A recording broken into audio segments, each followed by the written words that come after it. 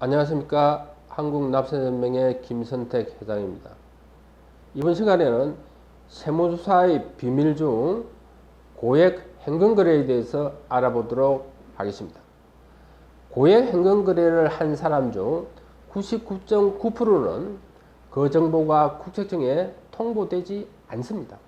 자, 은행에서 우리가 건당 1,000만 원 이상의 현금을 입출금했을 때 그 정보가 그대로 국세청으로 통보되기 때문에 조심하라. 이런 영상이 유튜브 영상이 굉장히 많습니다.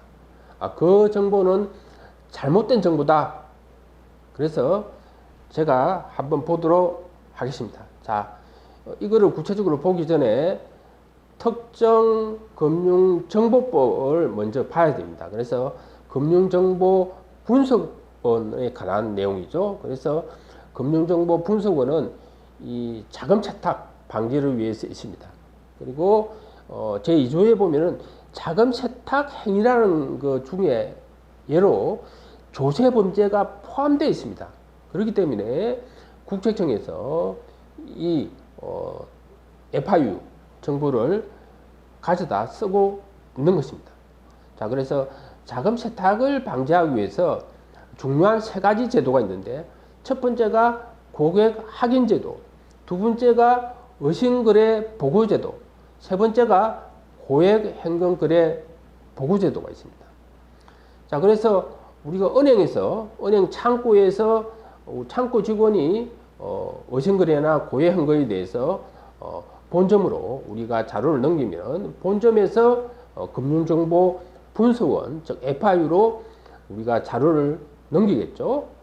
FIU에서 자체적으로 우리가 프로그램이나 우리가 직원들이 개별 분석을 통해서 그 정보를 국세청, 경찰, 검찰, 즉 집법 집행기관에 정보를 넘깁니다. 금융정보 분석원장은 검사입니다. 그리고 국세청 직원이 13명이 파견 나가 있는데 조세범죄를 분석하는 심사분석일과에 대부분이 근무를 합니다. 자, 이 FI 정보가 국세청으로 어떻게 정보가 넘어와서 세무조사로 선정되는지 흐름을 보도록 하겠습니다. 자, FI 정보가 국세청 서울지방국세청 과학정보 담당관실로 정보가 넘어와서 여기에서 탈루 혐의를 분석합니다. 그래서 분석할 때 쓰는 프로그램이 FIU 정보 통합 분석 시스템입니다. 자, 국세청에서 기존에 가지고 있던 자금 출처 분석 프로그램이 있습니다. 보통 PCI 프로그램이라 그러는데, 우리가 소득 신고에 비해서 재산을 많이 취득한 거나 소비를 많이 하면은 그 차이 나는 부분이 탈루입니다 라고 이제 분석하는 자금 출처 조사 프로그램입니다. 그 프로그램에 이 FI 정보를 더해서 새로운 프로그램을 만들었다, 이렇게 보시면 되겠습니다. 예컨대 격리 직원이 연봉이 7천만 원인데 실제 그 직원의 통장에서 수십억이 예를 들면 입출금 되고 있다 라고 한다면은 그런 FIU 정보가 여기서 같이 더해져서 차명계좌 혐의자를 찾아내는 프로그램이다, 이렇게 보시면 되겠습니다. 자, 그래서 이 과학정보 담당관실에서 탈루 혐의를 분석해서 탈루 혐의가 높다 그러면은 자, 지방국세청으로 보내서 세무조사로 선정이 됩니다. 자, 그런데 저희 납세연맹에서 FIU에서 국세청으로 이 의심거래 정보하고 고액현금거래가 어떤 식으로 정보가 넘어가는지에 대해서 오래전부터 저희가 국감 자료를 분석하면서 저희가 정보를 파악했는데 제대로 된 정보를 파악하기가 굉장히 어려웠습니다. A 국회의원실에 주는 자료하고 B 국회의원실에 주는 자료가 서로 상이하는 정보들도 있고 하기 때문에 저희 납세연맹에서 최근에 국회의원실 2군데를 협조를 받아서 기획재정 국회의원 한 사람, 그리고 정무위, 우리가 금융정보분석원이 속해져 있는 정무위 국회의원 한 사람, 두 국회의원실하고 협조하면서 정확하게 이번에는 팩트 확인을 하였습니다. 자, FIU에서 국세청으로 자료가 넘어가는 방식이 두 가지가 있습니다. FIU 자체에서 우리가 탄로 혐의를 분석해서 탄로 혐의가 높다고 생각되는 의심거래를 국세청으로 넘기는 방식하고, 두 번째로는 국세청에서 이 사람에 대해서 자료가 있으면 달라 해서 요청해서 받는 정보 두 가지가 있습니다. 자, 표를 통해서 보면은 2022년에 총 발생된 의심거래가 58만 건이고 고해 흥건거래가 1,400만 건입니다. 자, 의심거래 58만 건 중에서 14,000건 정도가 국세청으로 우리가 FIU에서 자발적으로 넘어갔다는 거죠. 자, 이 자료가 넘어가서 세무조사가 대부분이 비정기조사겠죠. 자, 법인 중에서 86개사, 개인은 48개 개인 사업자가 비정기 선적 조사를 받았다, 이런 통계가 있습니다. 자, 그리고 국세청에서 요청해서 예를 들면은 이 사람에서 의심거래하고 고해 흥거래가 있으면 주세요 하면서 요청해서 받은 것이 의심거래가 21,000건, 고해 행건거래가 22,000건입니다. 그래서 고해 행건거래는 자발적으로 국세청으로 넘어가는 것이 전혀 없습니다. 그래서 실제적으로 1,400만 건 중에서 22,000건만 국세청으로 넘어가기 때문에 99.9%의 어떤 고해 행건거래에 대해서는 국세청으로 정보가 넘어가지 않습니다.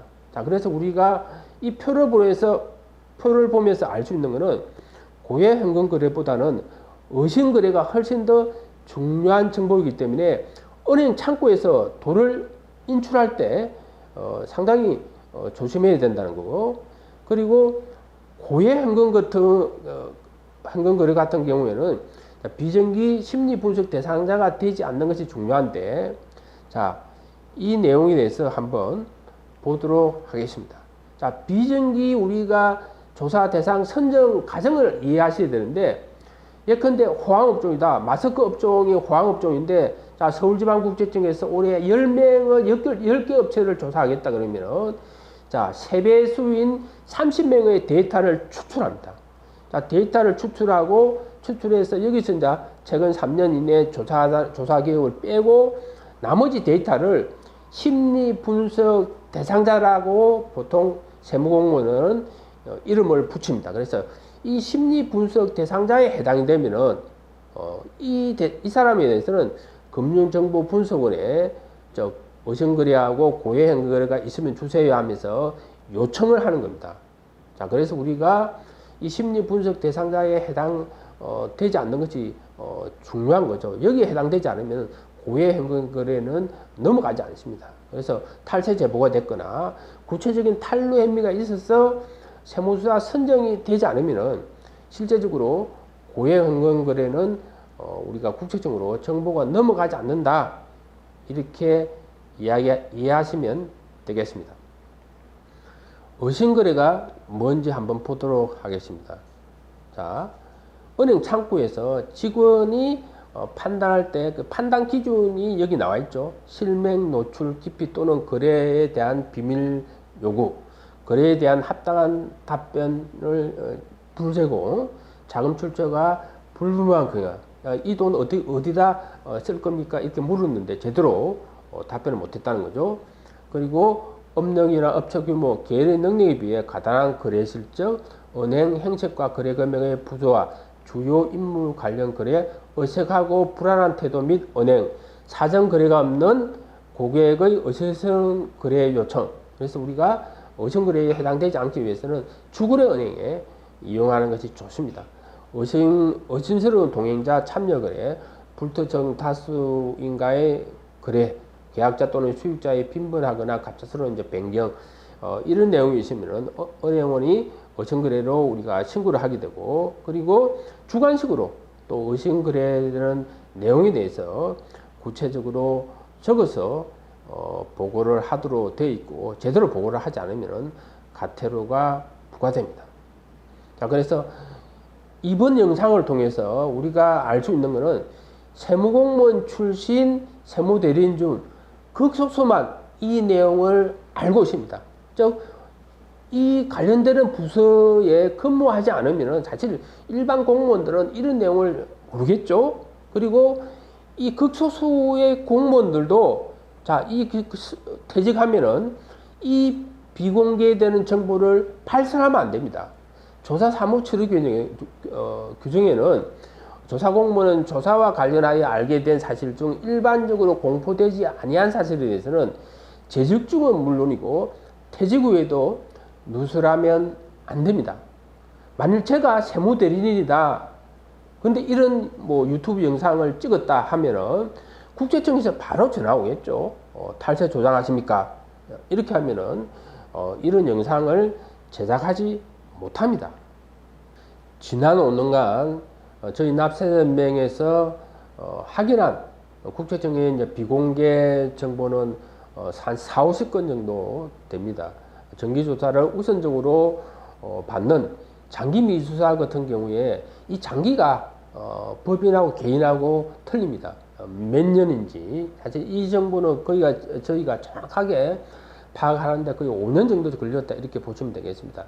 비정기 선정 시 추징 목표 세액이 있는지 그리고 탈세 제보 조사 같은 경우에는 조사 통지서에 조사 사유를 어떻게 기재하는지 세무조사하는 조사 공무원의 인사고가 평가는 어떻게 하는지 그리고 가공세금계약서 수수를 할 때 조세 범칙 조사 전환 기준이 법에 규정되어 있지 않습니다. 이거는 비공개 지침에 있는데 실무적으로는 굉장히 중요한 정보죠. 이 내용도 저희가 한 5년간 노력해서 최근에 최종적으로 팩트 체크를 하였습니다. 이런 비공개 정보 전부를 공부하고 싶으신 분들은 납세연맹 세무조사 이제 교육 사이트가 있습니다. 여기에 이제 온라인 영상이 세무조사 완벽 대비가 있는데 이 내용 안에 모든 내용이 수록되어 있습니다.